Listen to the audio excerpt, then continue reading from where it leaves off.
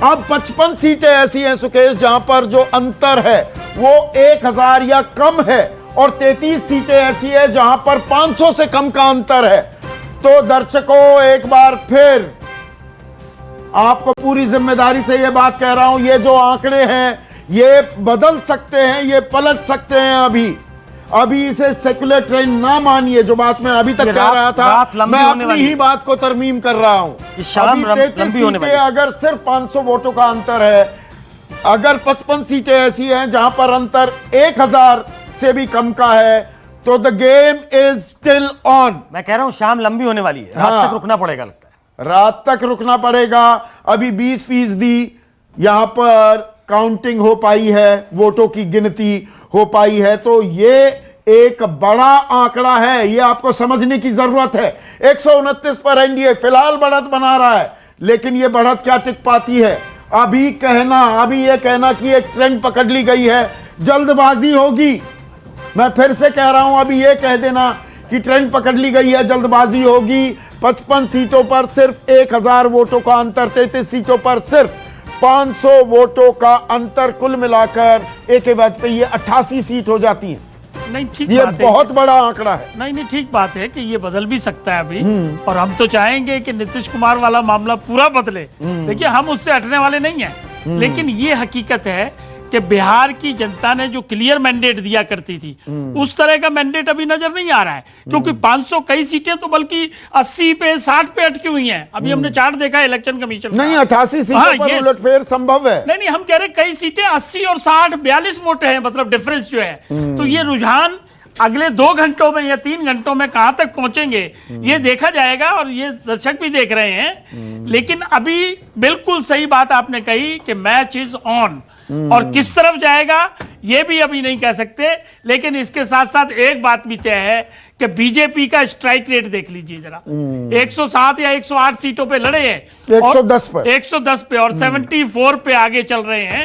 तो इसका मतलब ये हुआ कि मोदी जी ने जो मेहनत की, मोदी जी ने जो रैलियां की, या उन्होंने 370 छेड़ा, चाहे राम मंदिर की बात की, चाहे CAA की बात की, चाहे NRC की बात की, जनता ने उस बात को हल्के में नहीं लिया है, और ये उस तरफ भी इशारा है। तो मतलब राष्ट्रीय मुद्दे हावी हुए, आप ये कह रहे हैं? हम कह रहे हैं कि स्थानीय मुद्दे उठा रहे थे तेजस्वी लगातार, तो कहां हुए? उन्होंने 10 लाख की बात की, रोजगार की, नौकरी की, सिंचाई की, पढ़ाई की, लिखाई की, उनकी बातें कर रहे थे। कल तक तो ये था कि एग्जिट पोल था, ओपिनियन पोल था, उसमें तो ये लग रहा था। तो आप मान रहे थे कि नहीं, अभी इंतजार करना चाहिए, 20% हुआ है। देखिए, लेकिन जो रुझान अभी ये 2 घंटे से 1.5 घंटे से इसी पे अटक गया मामला, चाहे मार्जिन कम हो, चाहे 80 वोट का हो, 100 वोट का, 150 का, लेकिन ये अटका हुआ है 125 और 130 में। तो ये भी एक इशारा करता है।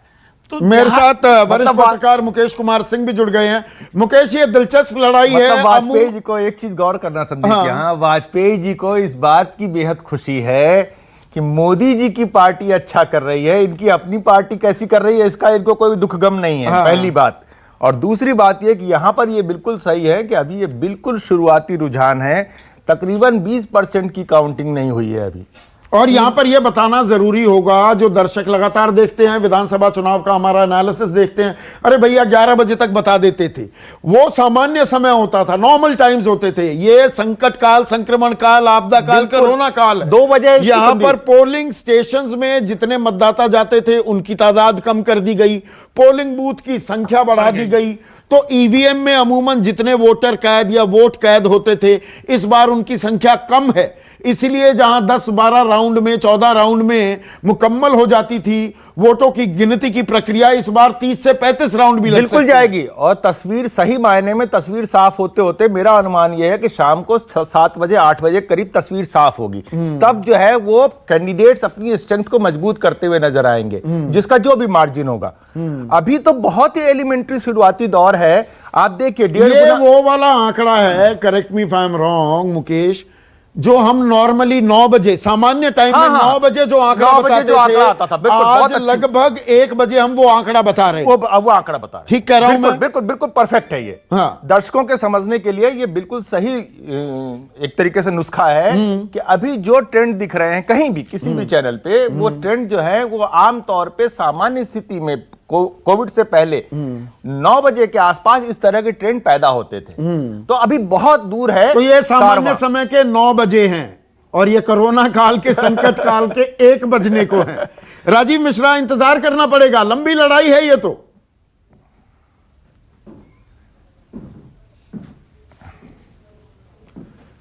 राजीव, आप तक आवाज जा रही है? नहीं, लंबी लड़ाई है जी, बिल्कुल लंबी लड़ाई है, ये चलेगी, शाम तक चलेगी, अभी जैसे मुकेश जी ने बताया। लेकिन मैं फिर वही बात दोहराऊंगा कि इस रुझान से एक मैसेज जरूर जा रहा है कि बीजेपी को बढ़त मिली है, नंबर 1, और हम जो चाहते थे वो किसी हद तक हुआ है। आपने मुकेश जी कहा कि आपकी पार्टी का क्या हाल है, तो पार्टी का जो हमारा हाल है वो हमको नजर आ जाए। इससे ये मैसेज है कि जो हमने विजन रखा, एक्चुअली क्या लड़ाई 2 ग्रुप में हो गई, महागठबंधन इधर भी, महागठबंधन उधर भी, और हम उसमें पिछड़ गए हैं। लेकिन एक संदेश और जाता है इसमें, क्या बड़ी पार्टियों को छोटी पार्टियों से किस तरह का व्यवहार करना है, नंबर 1, और क्या छोटी पार्टियां भी किसी तरीके से नुकसान कर सकती हैं या फायदा पहुंचा सकती हैं, उस पर भी बड़ी पार्टियों को। जब वाजपेयी जी आप बड़ी पार्टी और छोटी पार्टी की बात करते हैं तो एनडीए कुनबा जो केंद्र में बैठा है, ये तो बहुत छोटी छोटी पार्टियों का कुनबा है। और वैसी स्थिति में फिर सवाल ये पैदा होता है कि जो बर्ताव आपके साथ किया गया है बीजेपी की ओर से या इस गठबंधन के अंदर रहते हुए भी, क्या उसका असर केंद्र की सरकार पर भी पड़ता हुआ देखते हैं आप? नहीं, लेकिन गठबंधन अगर मान लो केंद्र के इस लेवल पे है और स्टेट पे लेवल पे है, तो अगर केंद्र के चुनाव होंगे तो केंद्र में भी पड़ेगा, वो चेंज थोड़ी हो जाएगा। देखिए, मैं कहता हूं कि गठबंधन धर्म की कीमत दोनों पार्टियों को निभानी चाहिए।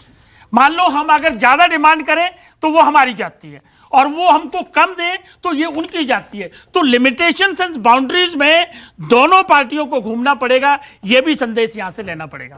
नमस्कार, मैं हूं मानक गुप्ता।